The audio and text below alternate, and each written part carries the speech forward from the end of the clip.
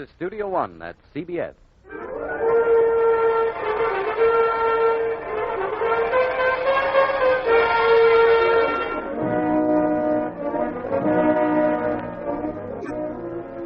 The Columbia Broadcasting System invites you to Studio One for the second broadcast in a new series of hour-length versions for listening of celebrated stories, novels, and plays.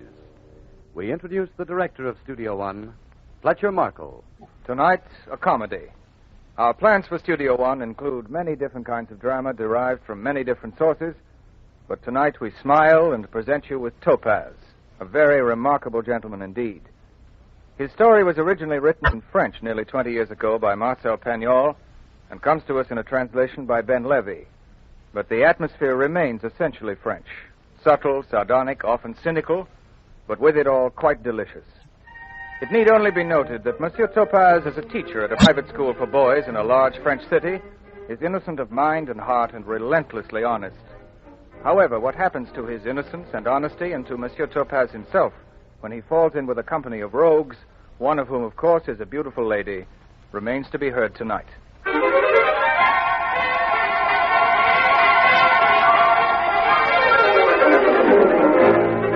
From Studio One, CBS presents Topaz.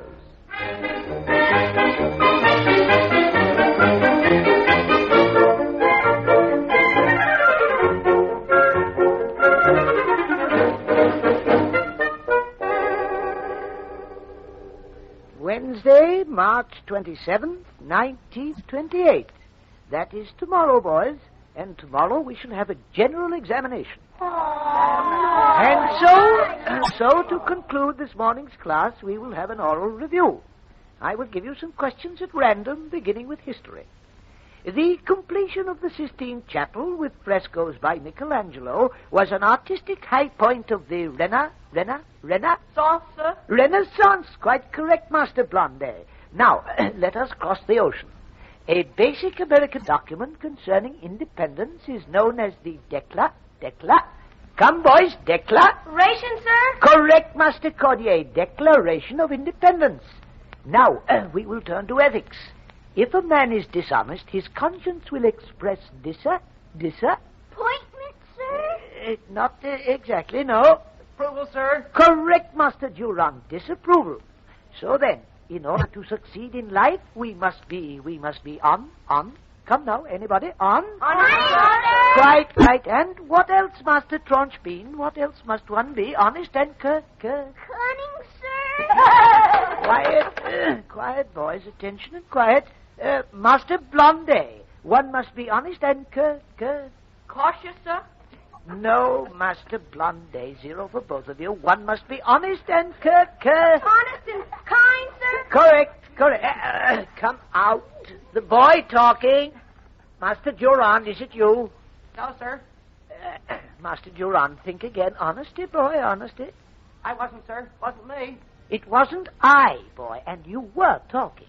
Ah, monsieur, you are foolish to mistake my kindness for weakness, my patience for blindness. I assure you, my friend, that the velvet glove conceals a hand of steel. You see my hand? If you resist it, it will break you. Yes. All right. Now, boys, let us consider the fortunes of virtue.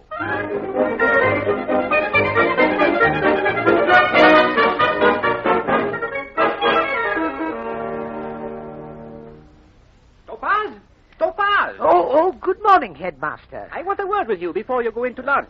Very good, sir. About that new boy. Which new boy, Headmaster? The new boy you want to come here. Madame Courtois' nephew. Oh, him. Oh, he. He. Do you think he is a desirable person to have at the school? Well, I think so. I seem to feel he had a certain mental agility. Well, what I mean is, will he follow the complete courses? Oh, I think so. With extras? Well, I don't see why not. Fencing, modeling, drawing, Esperanto, chorus, singing, and sunbathing? I believe so. At 120 francs a month? Oh, yes. The boy sounds to me a desirable member of the school. I will do what I can for him. Oh, thank you, sir. Tell the lady that each day lost is important to a child of his type. He had better come here at once. Well, I am expecting Madame Courtois after lunch, Headmaster. By the way, Topaz, here are your papers. What paper, sir? Your application for the degree of moral philosophy. Have I got it? Have I been awarded the degree, headmaster? No, I'm afraid not. No. I see. Well, perhaps another year. Yes. Perhaps. Perhaps not. Who can say? Who can say? Yes.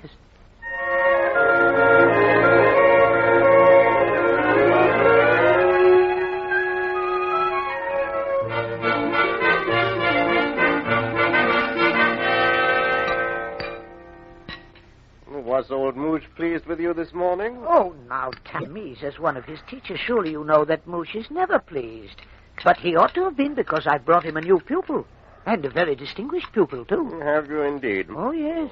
Where do you find him? Well, it's a small boy to whom I give private lessons at his home. He lives with his aunt. Quite a young aunt, you know. She's coming to see the school this afternoon. What's her name? Courtois. Susie Courtois. Married? No, neither married, divorced, nor a widow. What is she, then? Well, I think she's an orphan, like me. Oh. But very wealthy. Oh, very wealthy. I wish you could see her in her home one day. Wonderful pictures and furniture and brocades and cushions. Cushions on the floor, my friend, on the floor. Yes, that's so. And her stockings. You should see her stockings. Silk woven, fine as a cobweb. She's obviously an actress. Now, why should you think evil of someone you've never met? Actress. I'll guarantee she's a woman with no accomplishments whatever. Of the great world. Yes, I have seen a middle-aged man at her house several times who wears the rosette of the Legion of Honor. Oh, really? Yes, a most distinguished-looking man. His name is Castelbanat. Sounds like a thief. Oh, he's not at all. He's a member of the municipal council. No doubt a friend of her father's. No doubt. But here is the curious thing. I don't know whether it's the surroundings or the scent she uses or what it is. I only know that every time I have spoken to her, I have never known what I have said. At the time or afterwards? Either.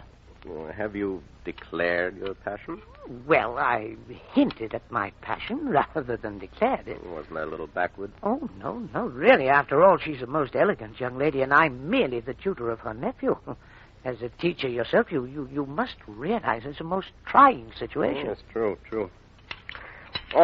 However, you ought to be getting to work. Getting to work? Yes, preparing the ground. For example, by significant looks whenever you meet her. You know, the eyes half shut, the piercing gaze. You think that's a good thing to do? It was irresistible. Then you approach her. Lower your voice. Then go ahead. Go ahead? How, quite? Oh, force her to look into your eyes, and when she does, see that she reads their, unthinkable things. Oh. Should I really try that? Then you have reached the moment to be firm. Then you kiss her. A kiss? On the mouth. Have you ever done that? Yeah, 15 times, several women. Well, that's very interesting indeed. Did you say she was coming here after lunch? Yes. She said she was going to come and look around the school. At the end of my lesson to little Gaston the other afternoon, she said that. Oh, you better finish eating that custard then. Oh, yes, I should say. Custard, is it? Why, yes. So it is.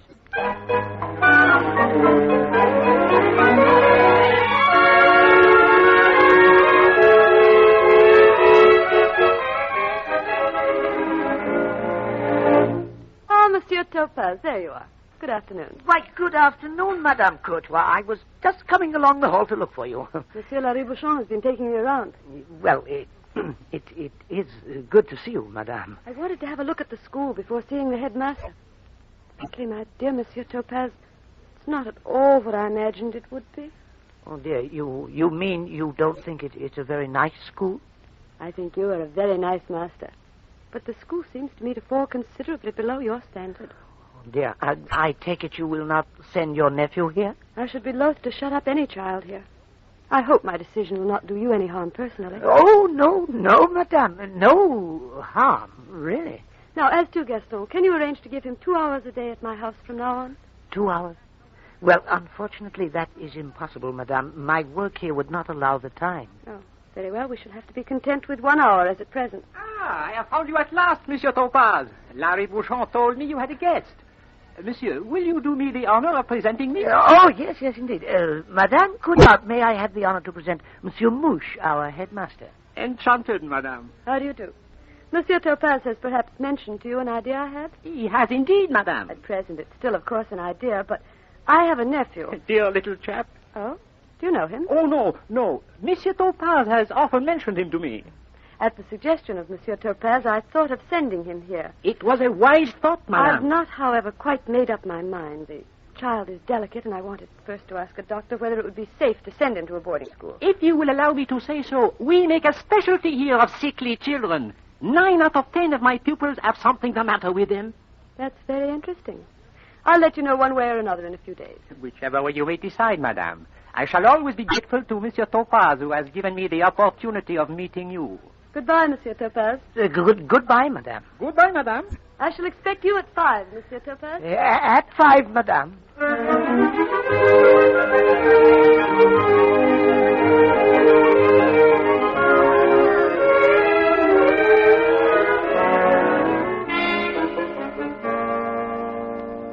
Topaz, we have another visitor this afternoon. May I introduce the Baroness Peter Vignol? Oh, how do you do?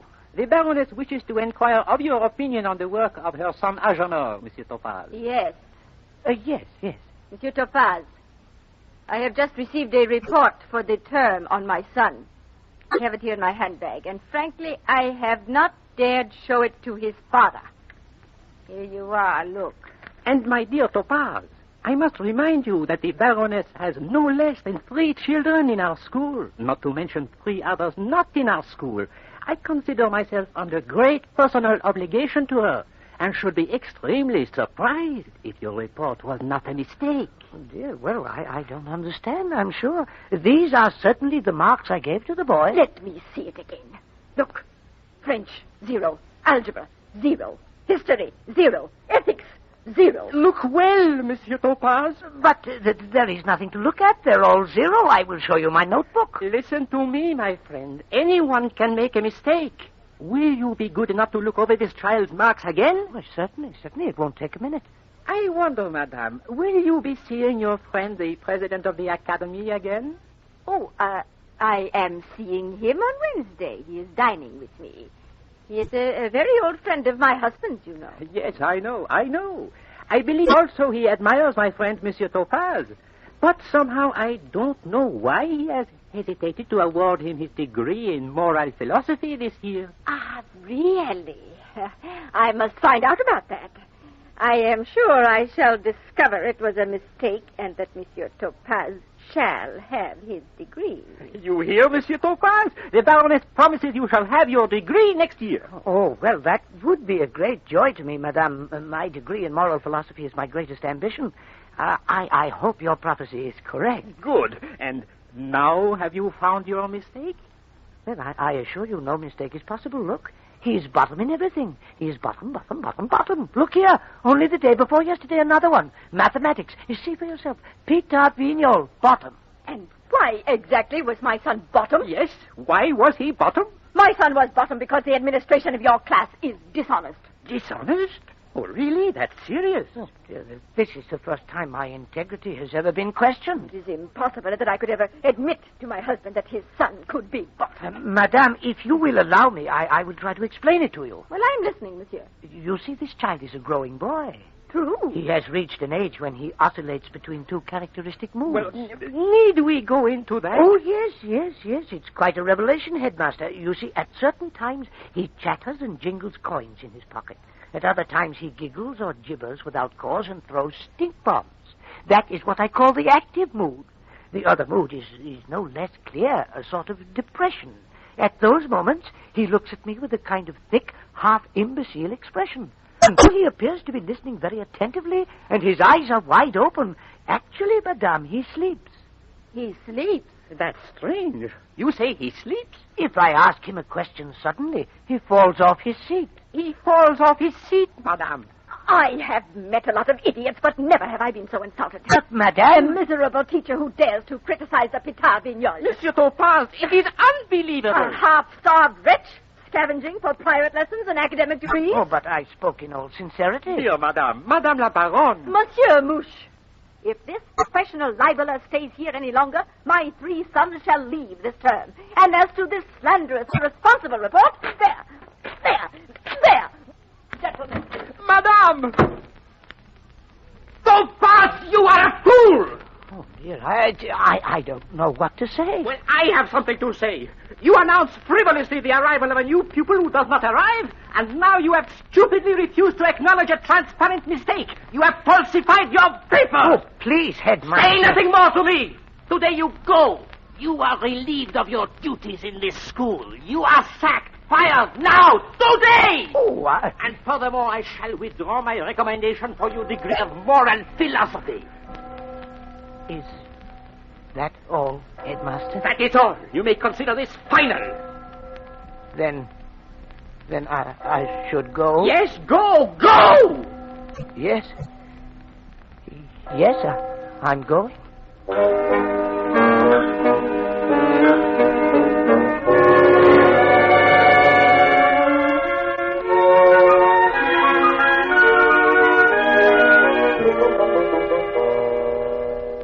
But, my dear Susie, you must think I'm made of money. Instead of talking like a municipal councillor, my friend, perhaps you'll give me a light for this cigarette. 100,000 francs is not nonsense. I can't think what you do with all your money. My dear Ferdy, I have a great many expenses. This month I'm sending Gaston, my young nephew, to boarding school. Naturally, it has to be the best. Oh, what's the matter with his having that tutor, Monsieur Topaz? I thought you were satisfied with him. I am, but he can't spare enough time. He's coming for the last lesson today. But that's beside the point. Unless I get 100,000 francs, I might easily be overcome by moral scruples. It would be awkward for you if I were to tell the municipal council that for years you've been amassing a fortune by persuading them to accept agreements with a dummy contractor who's really yourself. What's this? You call Roger de Berville a dummy contractor? Oh, you know very well he exists. Oh, come now, my dear. Be reasonable. Oh, 100,000 francs. Oh, after all, honor among thieves. Ferdy, you're wasting your time. Well, if you must know, I simply haven't got it. There. Haven't got it? Why, the turnover on those street cleaning machines alone will amount to nearly 1 million francs. Now, don't let's argue. The issue's really quite simple. Ferdy, yes or no? Yes. Monsieur Roger de Berville is here, madame. Roger. Ask him to wait a moment, Morgan. Very good, madame. Why is Roger coming here? I asked him to. Some new business? No, it's about the street cleaning machines. Oh, but surely that's all settled. Settled, but not yet signed, my dear. Why isn't it signed? Oh, Roger hasn't been able to sign anything. He had an accident and his arm's been in a sling for a fortnight. All right, he can come in, but keep your eyes open. Roger, come in, will you? Good afternoon, madame. Monsieur, how are you? Very well. And you? Much better, thank you. Then your arm's all right again. Almost. Good. You can sign the papers? I hope so. Then we can go into the office immediately and complete this little formality. After you. No, after you. No, I insist, monsieur. I'll see you presently, Susie. Monsieur Topaz is here, madame. He would like to talk to you, if it is convenient. Oh, ask him to come in. Madame. Good afternoon, Monsieur Topaz. Forgive me, madame. Won't you sit down? It's charming of you to let me bother you. Not at all. But this morning you asked if I could give young Gaston 2 hours a day instead of 1. If you still wish it, I am now able to do so. Oh, that would have been nice, but unfortunately I just had a letter from Gaston's father saying that he's coming tomorrow to take the child away with him. What a shame. Oh, dear, I see. Well, madame, I suppose that's the end of our association. I'm terribly sorry, but I thought you said this morning that you hadn't the time. Yes, that was true this morning, but since then I have acquired more leisure. You mean the headmaster has reduced your hours of labor? Yes, madame. In point of fact, he has reduced them to 0. Oh, surely the headmaster doesn't pay you for doing nothing. Oh, no, madame. He has reduced my salary to the same proportion. You mean he's dismissed you? Thank you, madame. That was the word I was feeling for. Believe me, I'm really sorry. I don't think Monsieur Mouche knows a good man when he sees one. Well, you're very kind, madame. Shall I give young Gaston one last lesson? Yes, do, if you can be bothered with it.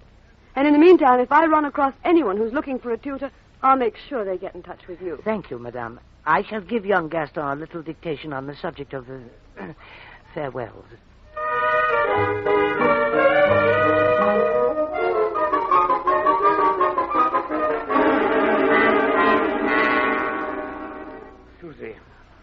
2 weeks, our dear friend de Berville here has been unable to use his arm and consequently unable to sign his name. And now today, his poor arm is much better. But You needn't labor the point, Ferdy. Rogers demanded more money, right? he's asking for 100,000 francs. I've been offered 25,000. Why are you asking for 100,000, Roger, when up to now your demands have been so much more modest? On that school radiator business, you had 5%. True, I had 5%. But if you will allow me to say so, I was an ignoramus. An ignoramus who pocketed 45,000 francs. While you pocketed 85,000. Am I the municipal council or are you? Would the council ever have voted for radiators in the schools if it hadn't been for me? Never. Never in the world. And as for you, my friend, you didn't even know what radiators were. In your report, you wrote gladiators twice. I don't want to argue with you. 100,000, and I will sign. Otherwise, I'm going. Well, clear out then, and good riddance. Monsieur, perhaps in your family one may clear out. In mine, one dignifiedly takes one's leave. Good afternoon, madame. Monsieur. Oh, insolent blackguard. You should have been warned by that convenient bad arm of his. Oh, I'm too simple. I'm really too simple. Other people's dirty tricks always surprise me. You'll have to find someone else to act as your dummy now. What about Charles Faubert? Faubert? Splendid, an excellent fellow. No. What? I forgot. He's in prison. What for? No, that's sewer business. How stupid. What we have to find is someone who does dishonest things honestly. Exactly. Ferdy, if I found someone, how much would you give him? Oh, I'd go to 50,000 on the street cleaning machinery deal. And if he accepted less, would you give me the difference? Oh, I don't see why not. Why? Have you someone in mind? Yes. Topaz. Topaz? Mm-hmm.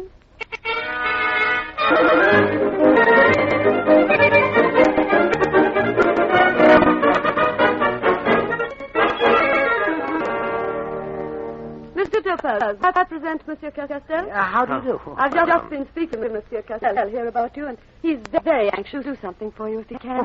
That's very kind of you, sister. Oh, tall old fellow. Tell me, are you particularly anxious to go on teaching? Why, yes, of course, madame. That's my profession.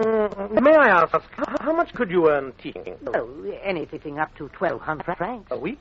A week?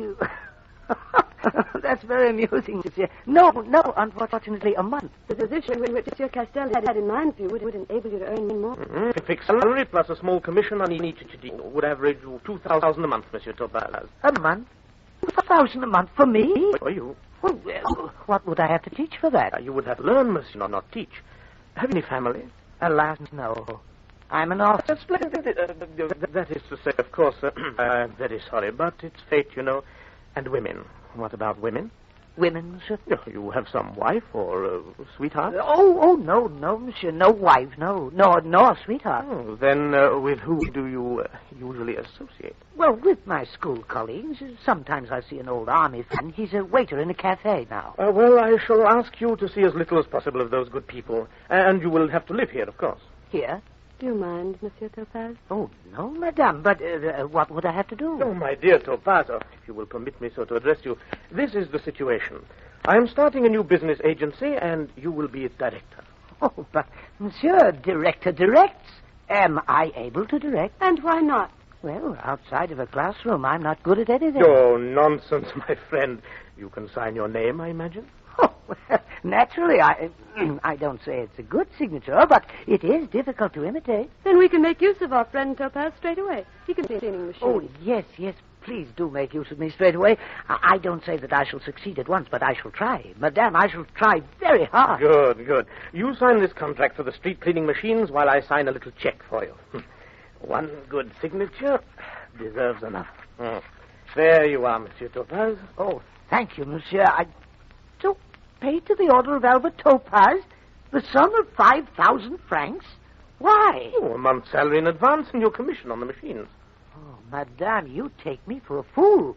But believe me, I'm not as simple as all that. Why, what do you mean? Well, it's clear even to me that this agency, these street cleaning machines, are just a cloak. A cloak? A cloak for what? For doing me a charity. Oh, my friend, you're wrong. I give you my word of honor you can be of the greatest possible service to me. Now, just sign here. Sign Topaz, Director. Oh, it's too wonderful. Madame, it is with genuine gratitude and no small emotion that I herewith sign my name to this contract.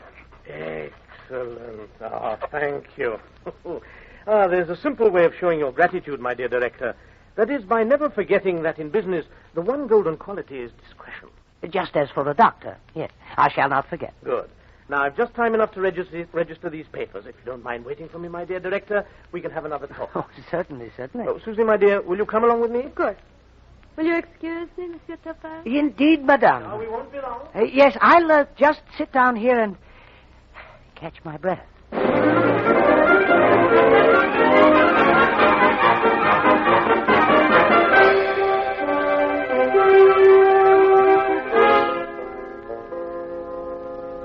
Pardon, monsieur, but can you tell me if Monsieur Castel is about? Monsieur Castel? Yes.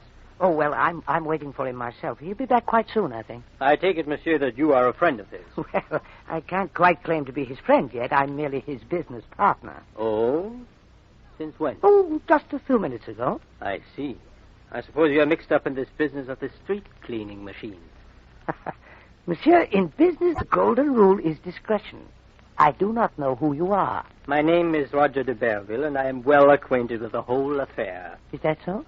I know someone who'd actually have had your job if he'd been willing to work at sweatshop rates like you are doing. Sweatshop rates? Monsieur, you do not understand at all. Between ourselves, what's he paying you? Well, that perhaps I can tell you since it concerns only myself. 5,000 francs. You're joking. Oh, joking, yes. You'd think so, wouldn't you, really? Now, come, my friend. In business, sometimes it does pay to give the impression that one is a bit of an idiot. But aren't you rather overdoing it? Monsieur, perhaps this conversation had better cease. I prefer not to be called an idiot by strangers.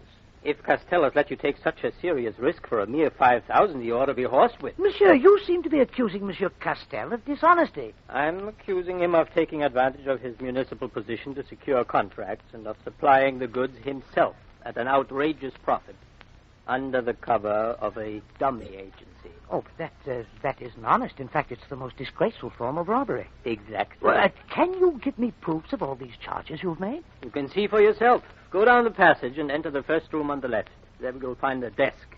On the desk there are various papers. Open a long yellow envelope that you will find in the left-hand corner of the desk near the wall. Yes, and then? Open it and read. That's all. Ah, very good. I'll do it at once. But if you have lied to me about Monsieur Castel, I shall throw you out of this house. Perfectly fair. I'll wait for you here.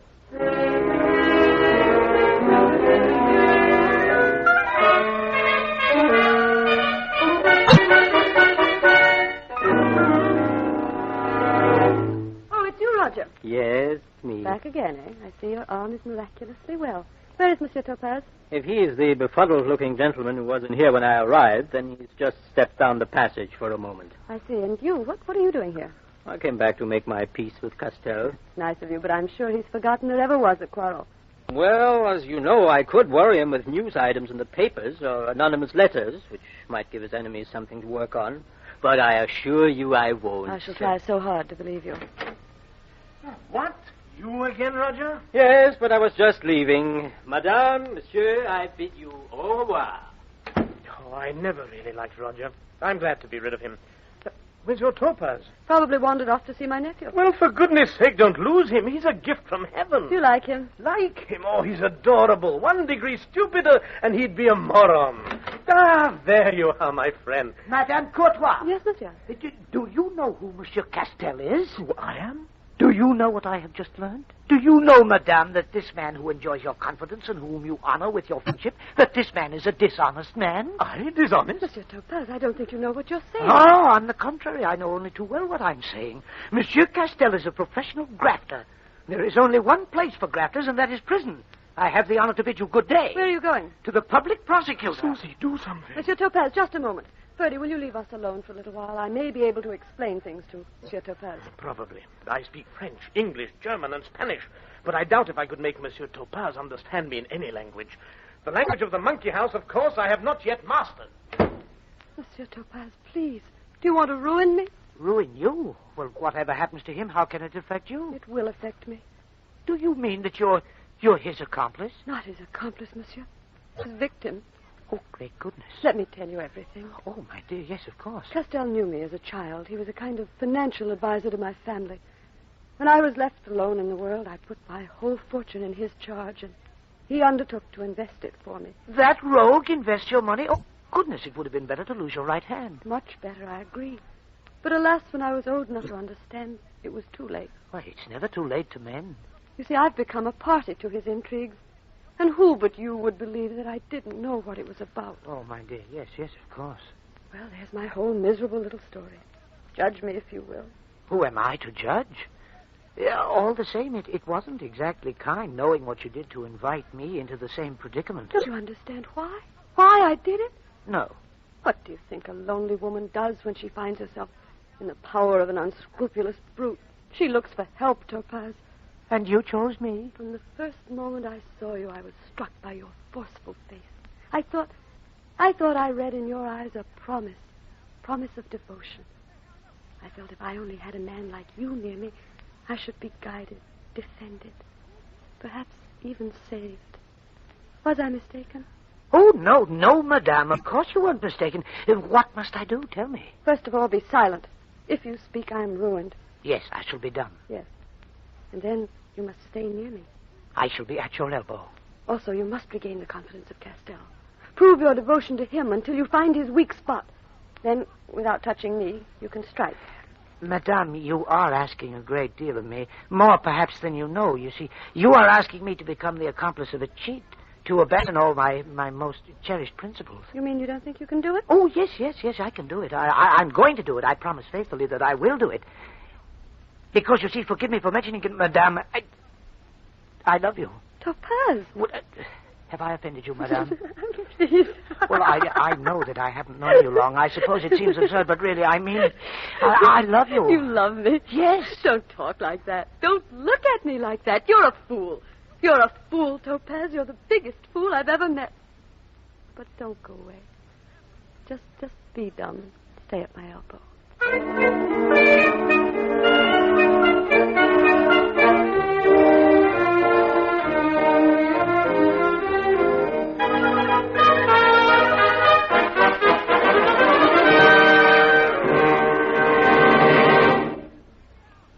This is Studio One at CBS, presenting as its second broadcast in a new series of hour-length dramas, Topaz, by Marcel Pagnol and Ben Levy. The story will resume after a pause for station identification. This is CBS, the Columbia Broadcasting System.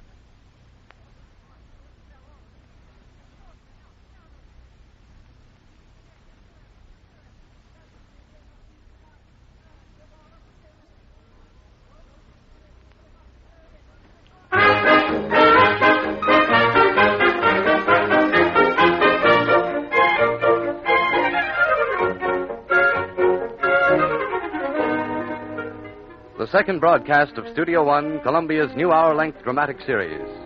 We continue the story of Topaz.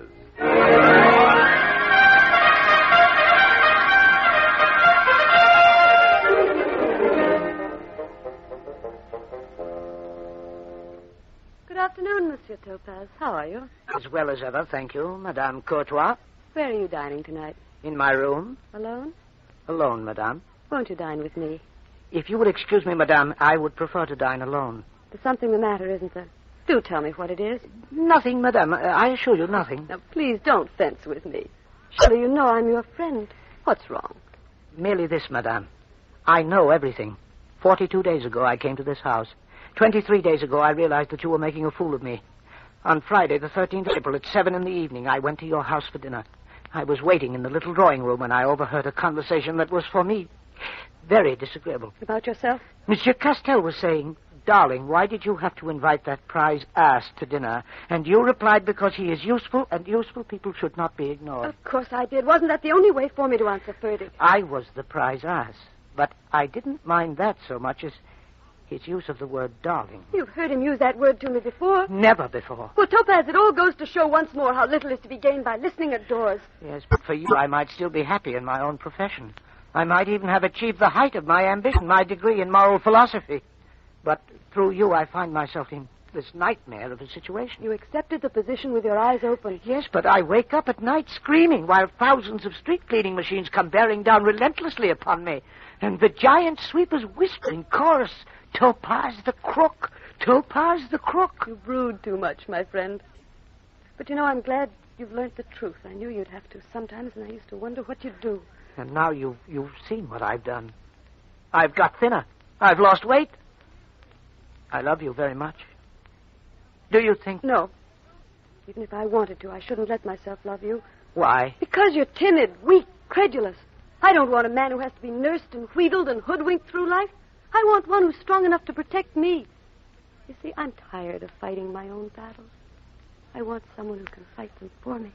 Oh, well, if you really knew me, you wouldn't think I was so weak. I'm firmer than you think. I believe I shall tell you something I had intended to keep to myself. Something at... Good afternoon, my dear Topaz.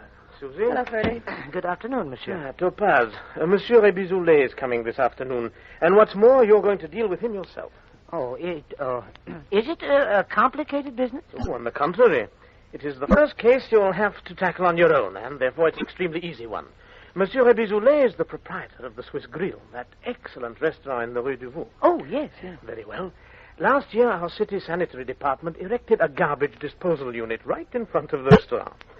Now, as summer comes along and the sun gets hotter, there is an effect on the local atmospheric conditions in the immediate vicinity that is far from agreeable. Is there? In short, it makes the terrace of the Swiss Grill quite uninhabitable. The result is that Monsieur Rebizoulet's clients stay away. And this afternoon, therefore, he has come to ask us to have the objectionable thing removed. Well, I should think so. I told him I hadn't the time to see about it personally, but if he chose to speak to you, the unit would be removed. You will charge him 10,000 francs. Oh, but, well, how can I make such a charge seem plausible? You haven't got to make it seem plausible. All you've got to do is ask for it. Then I shall have the said nuisance dismantled and set up again opposite the Café Bertillon. Yes, but what will Monsieur Bertillon have to say about that? Exactly the same thing as Monsieur Rebizoulet. And the town is full of cafes. Amusing, isn't it? Yes, monsieur. Can't you laugh? Yeah, Monsieur Castel, is it absolutely essential that I should receive Monsieur Rebizoulet? Quite essential. You've been here nearly 2 months now, and it's high time you started taking an active part in things. I want you to develop into my assistant as well as my dummy. You're very flattering, monsieur. Perhaps. Well, I'm going to leave you two. I've got work to do. Remember, Topaz, 10,000 from Rebizoulet. Madame, I was just going to tell you something when Monsieur Castel came in. Something I've been hiding from you both. Oh, what have you been hiding from us, Topaz? Certain very clear evidence that I have acquired. Evidence which shows that the police are on our tracks. The police? Yes, it's true, madame. Let me read this article to you. It's in this morning's edition of the Public Conscience. Headline: Scandal at the town hall. It has come to the notice of the public conscience that there has been very serious corruption practiced recently in connection with a certain municipal contract. The dummy in this disreputable business is a miserable school teacher who was lately dismissed from his post. At the proper time, the public conscience will publish all relevant details. You haven't mentioned this to Ferdy. No, madame. But how do they know what we've been up to? Must have been Roger de Berville. What does it matter? I've got to tell Ferdy about this at once.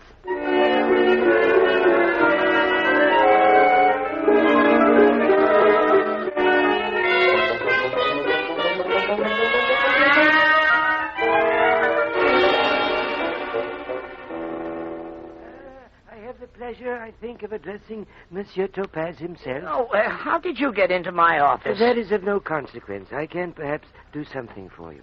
You will forgive me, monsieur. I don't even know who you are. My name, that hardly matters. Let us come to the point.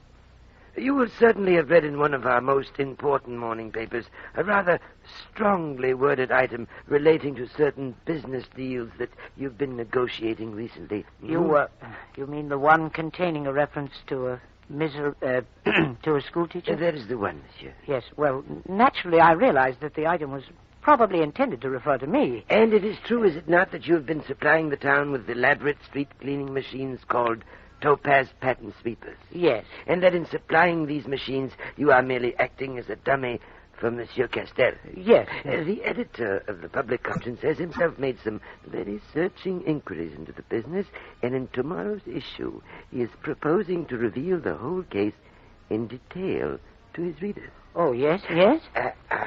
I brought you a proof copy of his article. It seemed only fair. Oh, yes, yes. The Topaz scandal. 4 columns of irrefutable proof, you see.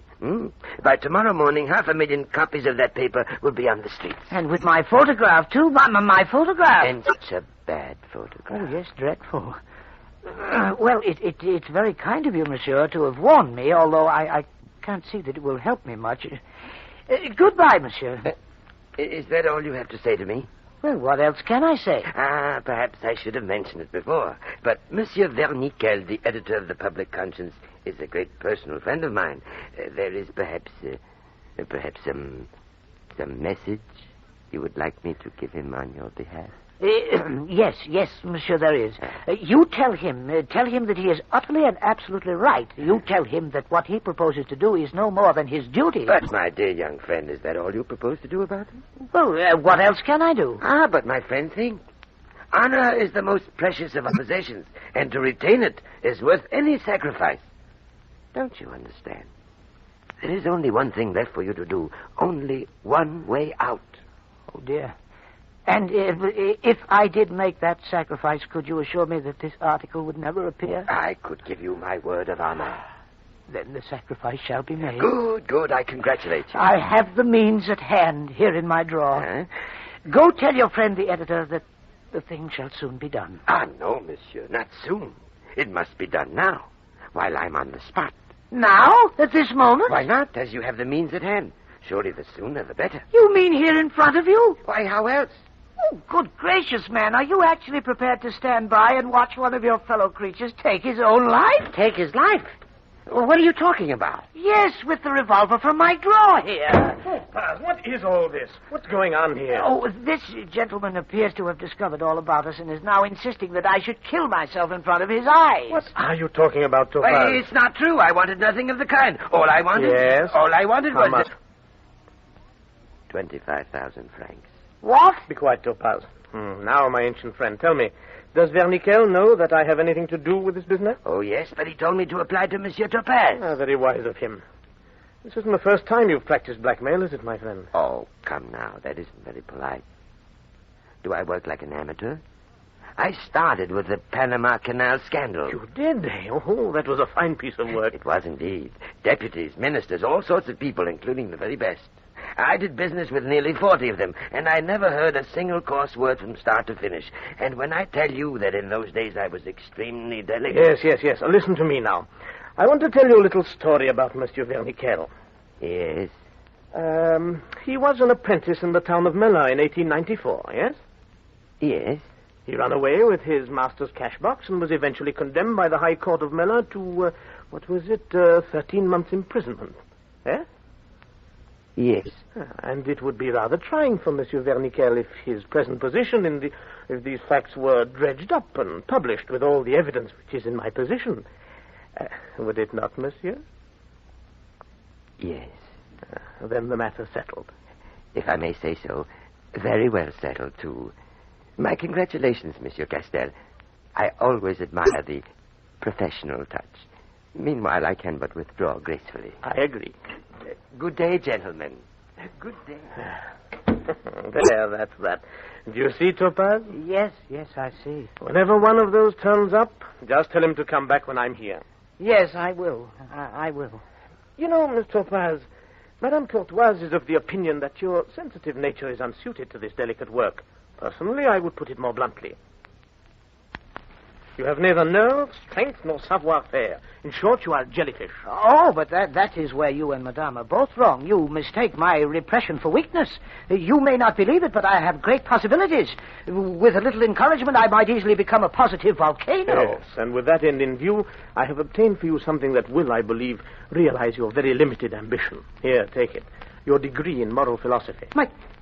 My degree? But how in the world? In this world, everything can be obtained by a little friendly pressure. The president of the academy is an old friend of mine. I dropped in to see him last night. One thing led to another, and I playfully reminded him of some useful indiscretions of which, by the merest chance, I had retained a written record. And after a very friendly chat, he sat down and wrote out your degree. My degree? For exceptional services, the said Albert Topaz is hereby endowed with the degree of Doctor of Philosophy. Oh, and that isn't all. I've got something else for you at the same time. What? What is it? The rosette of the Legion of Honor. The rosette? Oh, let me see it. Give it to me. Oh, Albert Topaz, Doctor of Moral Philosophy, member of the Legion of Honor. Ah, that is something. Now I am someone. Now I can act. When Monsieur Repisolet arrives, show him right in. I'll deal with him.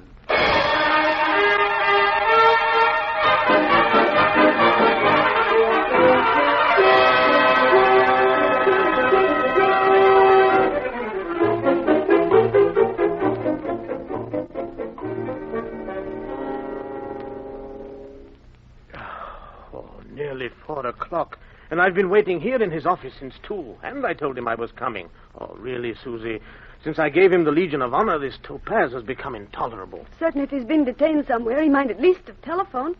Just as a point of politeness to me. I don't know about politeness to you, but I've come here by appointment to settle our monthly accounts. He probably doesn't even expect to see you here. Why not? Topaz has been working for us for over a year now, and I've been present at every single monthly settlement. Well, it wasn't necessary for you to be here today. As a matter of fact, I've been on the point of asking you not to wait any longer for him. Oh? Why? Simply because I think it injures your dignity to be kept hanging around waiting for such a man. Or any man, for that matter. Dear Ferdy, you're always so thoughtful. Well, how about it?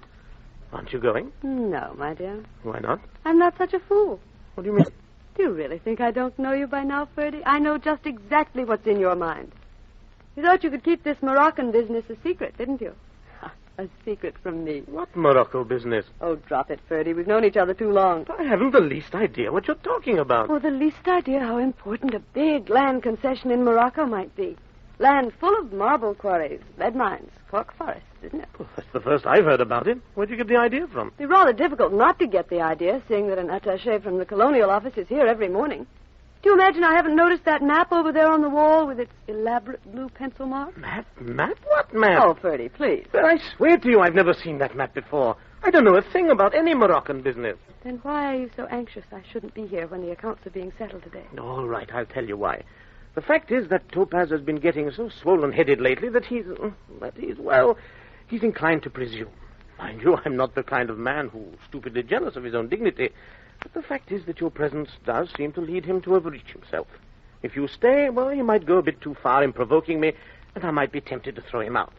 After all, you know, it's your fault. My fault? Yes, you taught him to eat. My dear, I've invited him to dinner a few times, that's all. A few times, at least twice a week. It's the same old story, like my mother's chimpanzee. Your mother's chimpanzee, Ferdy? Yes. When she brought him, when he first came to the house, he was half-starved, miserable, and scared to death. A more affectionate little creature I never saw in my life. Then they gave him Brazil nuts, peanuts, walnuts, and coconuts.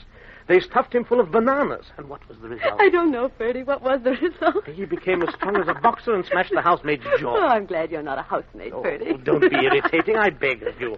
You just wait. Monsieur Albert Topaz is going to hear something from me this time, I can tell you. Where is he? Oh, patience, Ferdy, patience. Whatever's keeping him must be very interesting.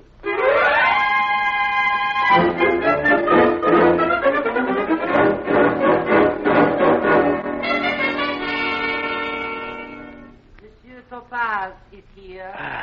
At last. At last. Ah, hello, Susie. I'm sorry to have kept you waiting, but I simply had to stay and watch my horse win the third race, which he did in excellent style, by the way. Congratulations. Now, look here, you. Just a minute. I must speak to my secretary.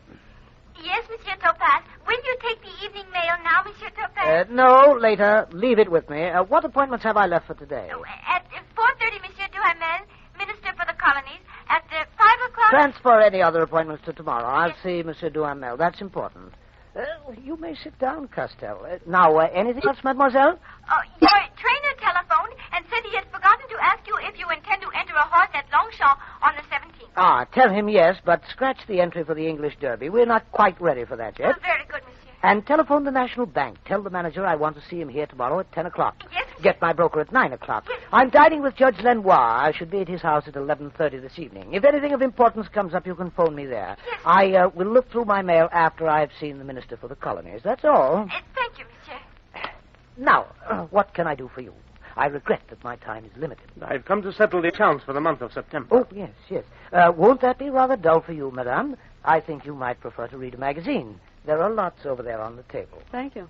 Now, my friend, figures. Yes, let's deal with the figures first. I shall have something to say to you afterwards. Good. I shall be delighted to listen. Now, let me see. For the month of September, I owe you the sum of 65,347 francs. Agreed? Yes, that's exactly what I make it. The Morocco business included? Yes. What is all this about Morocco? Morocco? Oh, that's a personal matter. What do you mean by personal? I mean that it's none of your business. Not my business, eh? What exactly do you mean by that? Which of those very simple words do you find it hard to understand? Cigarette? No. No. Now listen, Freddie. I want to tell you something. In the last 6 months, this agency, with my help, has brought you in a clear profit of $250,000, which proves that even if it were to cease operations today, you would have done very well out of it. And why should it cease operations today? Because I have decided to keep this business to myself in future, and from now on, this office belongs to me. What? Any profits will be mine, and mine alone. And if I should have to do business with you again, I shall no longer do it for a commission of 6%. You mean that you propose to appropriate this agency entirely? I do. The agency bears my name, the lease is in my name, and I am legally in possession. But it would be daylight robbery. In that case, perhaps you would like to appeal to the court. Listen, you. I've met a good many scoundrels in my time, but never before have I come across one as blatant and unscrupulous as you. My friend, I am quite unmoved by your flattery. Oh, I shall burst. I know it. Any minute now, I shall burst. In the circumstances, is that all you have to say, Ferdy? In the circumstances, I'm afraid that's all he can say. Listen. Look here, Alfred, old boy. My name is Albert. Albert. I know very well you haven't meant any of this. I tell you what I'll do. I'll give you 10%. I'm sorry, it wouldn't pay me. Besides, I've been watching you at work very closely for some time now, and frankly, I've been disappointed. You're a crook, I grant you, but in no sense a great crook. Your ideas lack vision, lack breadth. If I may say so, you will never have real imagination. Stick to your cheap politics, Ferdy. Susie, what did I tell you? My mother's chimpanzee all over again. No good appealing to me, Ferdy. I can't help you. Topaz, you're a bandit. I agree. You're a... Oh. Ferdy, dear, even in vituperation, you're falling a little short of my expectations. Oh, you shut up. I'm not at all sure that you're not his accomplice. You know perfectly well I'm not. Quietly. I don't know anything of the kind, though goodness knows I've made enough money for you in the last 2 years to pay at least for your loyalty. You're a vulgar creature, aren't you, Ferdy? Oh, vulgar, am I? Vulgar or no, you'd be in a pretty mess without me. If you must shout, would you mind doing it in the outer office? I have work to do. I'd like to remind you, my fine young lady, that when I first met you, you were wearing rabbit fur. I haven't forgotten that. And lisle stockings, and I dare say cotton underwear. No, never cotton. And it was I, vulgar or no, that dragged you up from the gutter. Monsieur, I cannot allow you to address a lady like that in my presence. Please leave my office. Don't try riding the high horse with me, young man. Do you hear me? Get out. I've a good mind to break your neck. Get out. Yes, I will get out. Goodness knows I don't want to stay here any longer. But I shall come back, you beggar on horseback. At the moment, I prefer to laugh. Well, I'm afraid he was rather rude to you, Susie. Not for the first time. No, I suppose not. But now that he's resigned from this agency, you won't be subjected to that kind of thing anymore. You certainly have changed, Topaz. For the good? For your good, I suppose. Not for mine. How's that? Well, you mustn't forget I had an interest in the agency, too. In robbing Ferdy, you're robbing me. I used to get 8% on the turnover. Oh, yes, I see. Well, it would be a pity to sacrifice that 8%. I agree. Then why don't you keep it? I don't know the conditions yet. Well, I owe a good deal to you, Susie. Especially in the way of advice. And, you see, I still lack something. What? The, outward and visible sign of success, to wit, the constant company of a lovely woman, a wife. I particularly want your advice on the choice I have made in that connection. If your choice is already made, perhaps it's rather late to consult me about it. Who is she? Guess. Do I know her?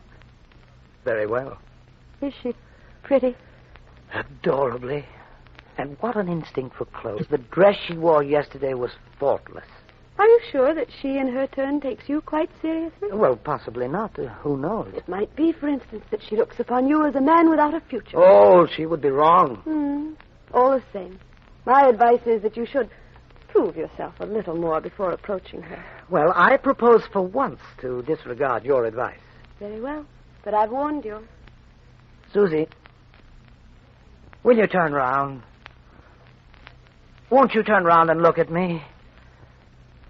Susie, I love you. Won't you say something? What would you like me to say? I should like you to say, I love you too, Topaz. I love you too, Topaz. Excuse me, Monsieur Topaz, but Monsieur Duhamel is here. Who? Monsieur Duhamel, the minister for the colonies. Oh, yes. Ask him if he'll be good enough to wait. I shall only keep him a minute. I'll ring when I'm ready. Very good, monsieur. Great men of business don't waste their time on women. Oh, that's a profound mistake. They do. Besides, this is no waste of time. You do love me, don't you? Topaz, darling. What are you looking at me like that for?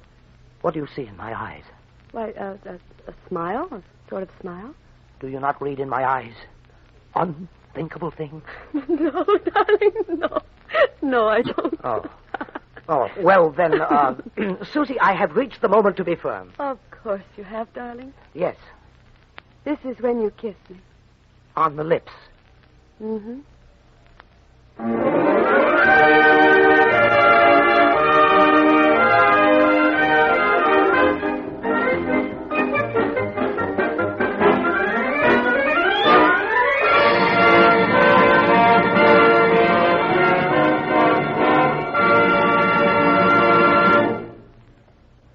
The Columbia Broadcasting System has brought you Studio One, a new series of hour-length versions for listening of celebrated stories, novels, and plays.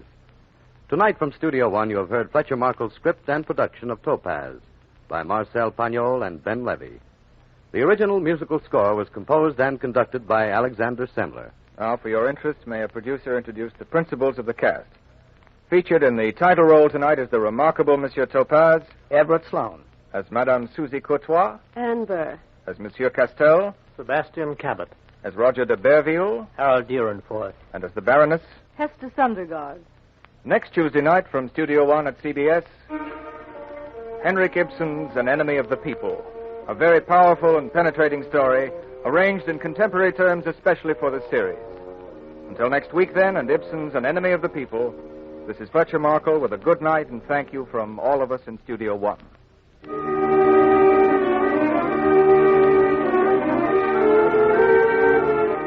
This is CBS, the Columbia Broadcasting System.